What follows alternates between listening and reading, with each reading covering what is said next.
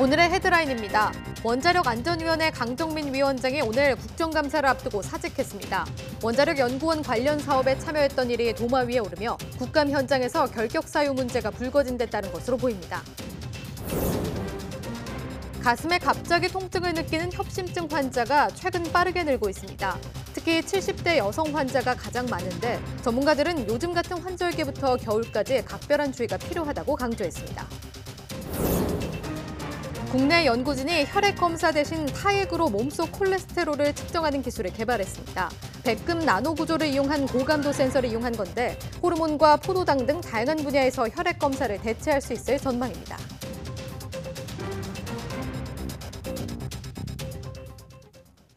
시청자 여러분 안녕하십니까? 10월 29일 월요일 사이언스 투데이입니다. 강정민 원자력안전위원회 위원장이 오늘 국정감사를 앞두고 사직했습니다. 원자력안전위원회는 강 위원장의 인사혁신처에 사직서를 냈고 사표가 수리됐다고 밝혔습니다.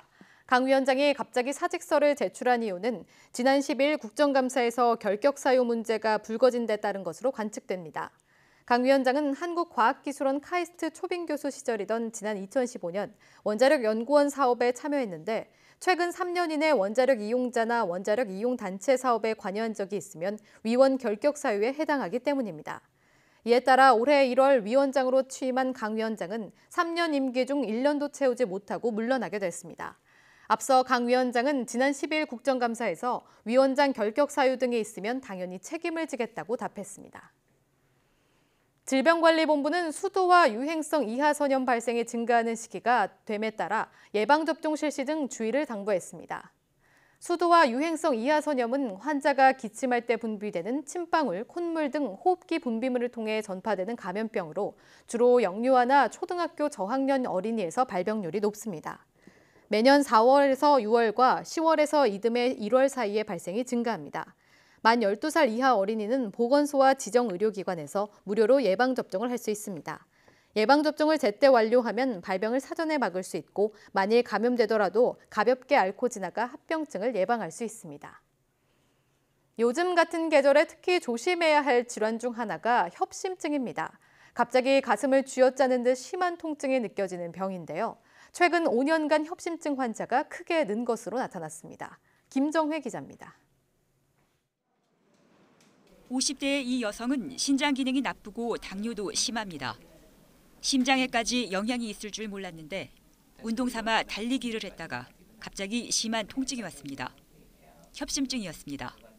제가 한번 뛴 적이 있었거든요. 그때 진짜 심장 터지는 줄 알고.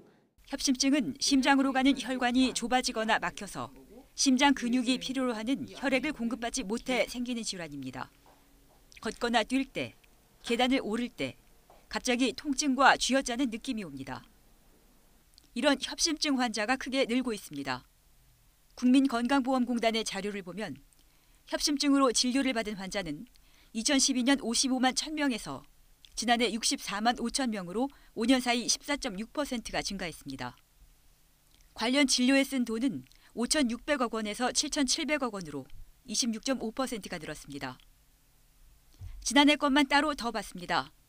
50대부터 진료 환자 수가 급격히 늘어나는 걸 알 수 있습니다. 환자 수는 70대가 가장 많고 같은 70대라도 여성이 남성보다 진료를 더 받았습니다. 협심증이라는 질환 자체가 동맥경화가 진행되면 진행될수록 발생하는 질환입니다. 특히 5, 60대를 지나면서 관상동맥 질환이나 동맥경화가 더 많이 진행되고 그런 증상이 발현되는 것이 70대에서 주로 더 많이 발생하기 때문에 일교차가 큰 요즘부터 겨울까지는 혈관이 수축해서 협심증 환자가 크게 늘어 주의가 필요합니다. 그러나 통증이 와도 쉬면 사라지고 소화불량으로도 생각할 수 있어서 방치하기 쉬운데 자칫 심근경색이나 급사로 이어질 가능성이 큽니다. 전문의들은 이상 증상이 생기면 바로 병원을 찾으라고 조언합니다. 이와 함께 평소 담배를 피우지 않고 고혈압, 당뇨 관리를 잘하면서 정기적인 운동을 하라고 권고합니다. YTN 김정혜입니다. 한국인 가운데 자신이 건강하다고 생각하는 사람은 3명 중 1명에 불과한 것으로 조사됐습니다. 보건복지부와 건강보험공단이 발표한 2018 OECD 보건 통계를 보면 2016년 기준 만 15살 이상 한국인 가운데 자신의 건강 상태가 양호하다고 생각하는 비율은 32.5%인 것으로 나타났습니다. 이는 OECD 회원국 평균인 67.5%의 절반에 불과한 수치입니다.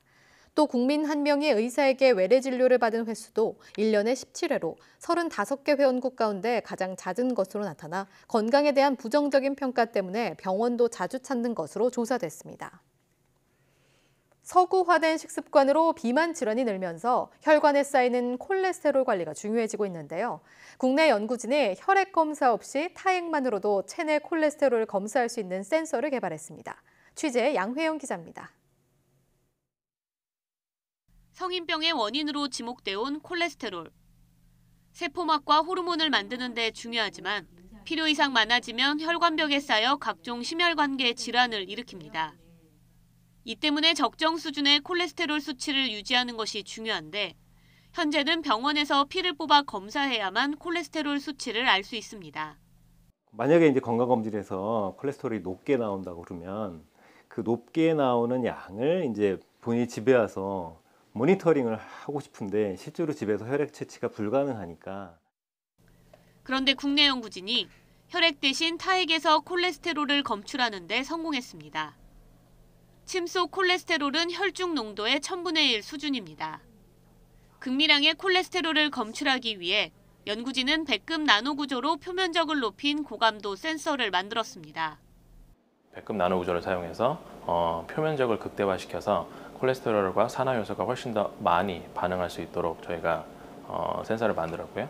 이런 반응을 통해서 저희가 더 높은 100배에서 1000배 정도 높은 민감도를 갖는 센서를 개발하였습니다. 연구팀은 타액에서 총 콜레스테롤뿐 아니라 저밀도와 고밀도 콜레스테롤, 중성지방 수치도 한 번에 확인할 수 있도록 후속 연구를 진행하고 있습니다. 또 이번 기술을 응용하면 땀이나 눈물에서 각종 호르몬과 포도당 수치도 측정할 수 있게 돼 혈액 검사를 상당 부분 대체할 수 있을 것으로 전망했습니다. YTN 사이언스 양회영입니다. 건강을 위해 도라지, 더덕 등 약초에 대한 관심이 높은데요.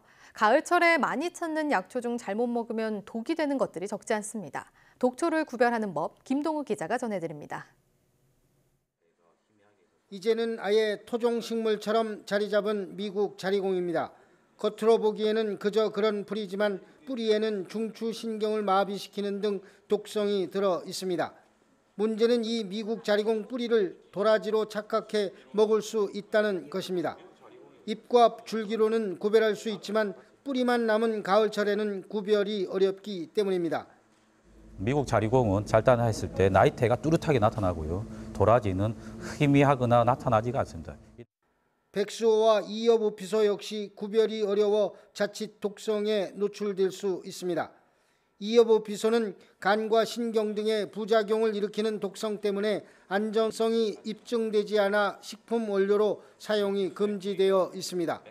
백수호는 흰 진액이 나오지 않고 단면이 무늬 모양인 반면 이여부피소는 흰 진액이 나오고 무늬가 없습니다. 약초와 독초의 이 판별 기술을 개발해서 독초가 약초로 의인해서 사용하는 것들을 방지할 수 있는 연구도 강화하고, 이 밖에도 약용 효과가 없는 산국을 약용이 있는 감국으로 둔갑하는 경우도 있습니다. 산국의 꽃이 50원짜리 조화 크기라면 감국의 꽃은 500원짜리로 보면 맞습니다. 농촌진흥청은 앞으로도 육안으로 구분하기 어려운 약초들의 판별법을 개발해 독초로 인한 중독 사고를 줄이겠다고 밝혔습니다. YTN 김동우입니다.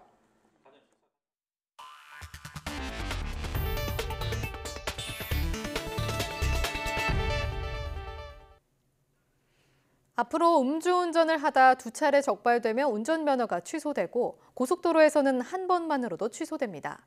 지금의 삼진아웃 제도 효과가 약하다는 지적에 따라 경찰이 음주운전 단속 기준과 처벌을 강화하기로 했습니다. 김학무 기자의 보도입니다.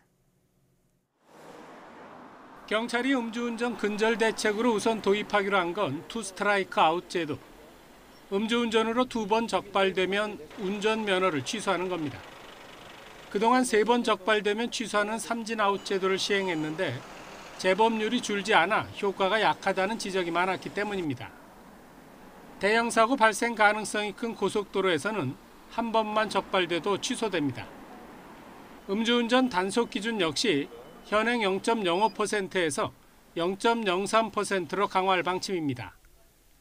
성인 기준으로 소주 2잔 정도 마시고 1시간 정도 지난 때가 0.05%로 보기 때문에 앞으로는 소주 1잔만 마셔도 적발될 수 있습니다.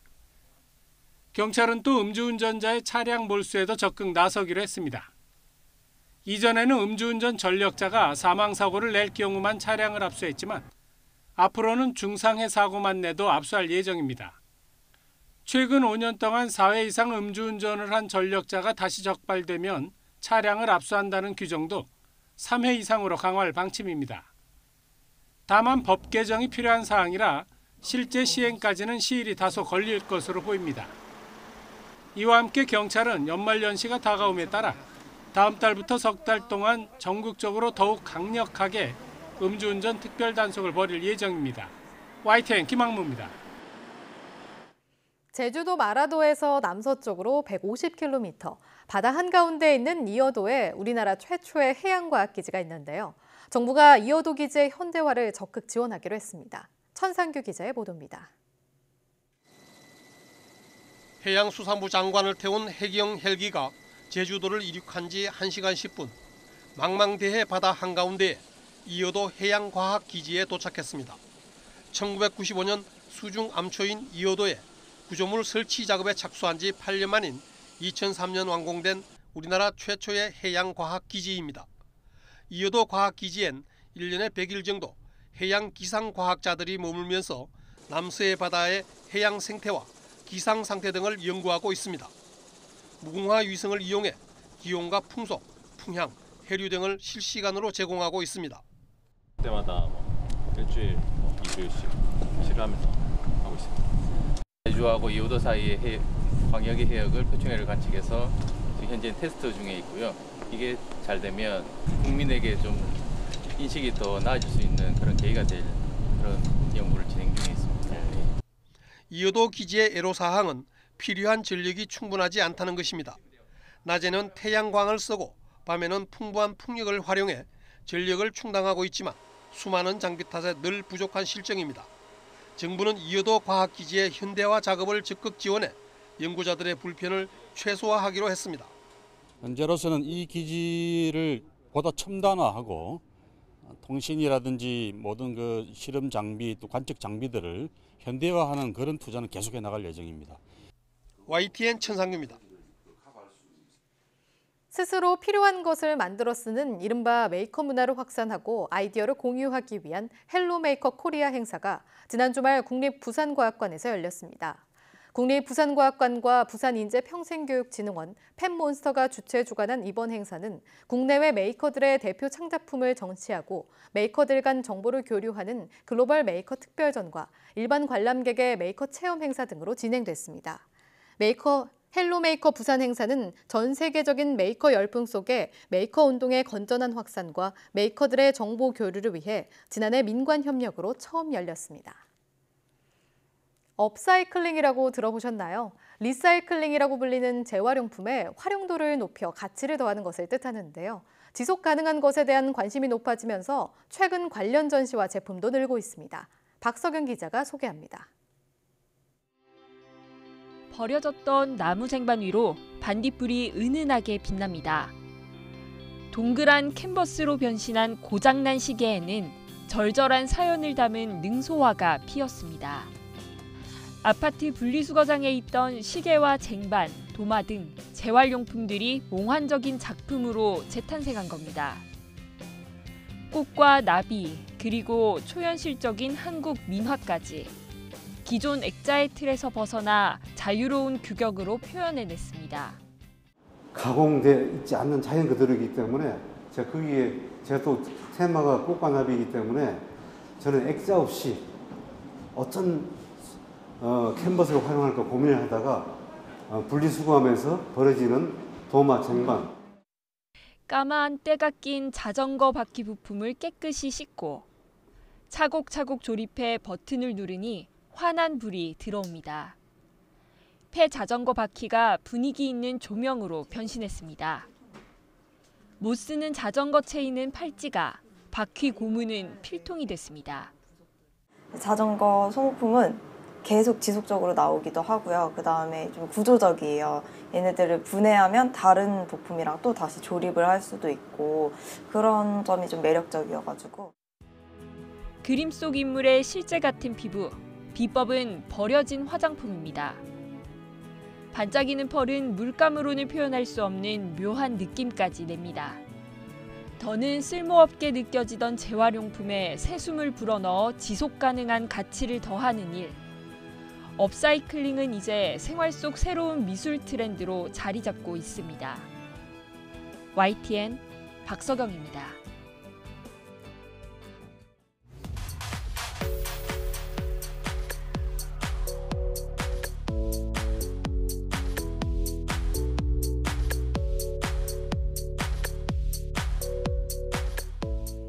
매년 10월 29일은 세계 뇌졸중 학회에서 지정한 뇌졸중의 날인데요. 뇌졸중은 우리나라 3대 사망 원인을 차지하는 흔한 병으로 한 번 발병하면 심각한 후유증을 남길 수 있어 철저한 관리와 예방이 중요합니다. 오늘 오후 4시 사이언스 투데이에서는 뇌졸중 원인과 예방에 대해 알아보겠습니다. 오후도 많은 시청 바랍니다. 함께해 주신 여러분 고맙습니다.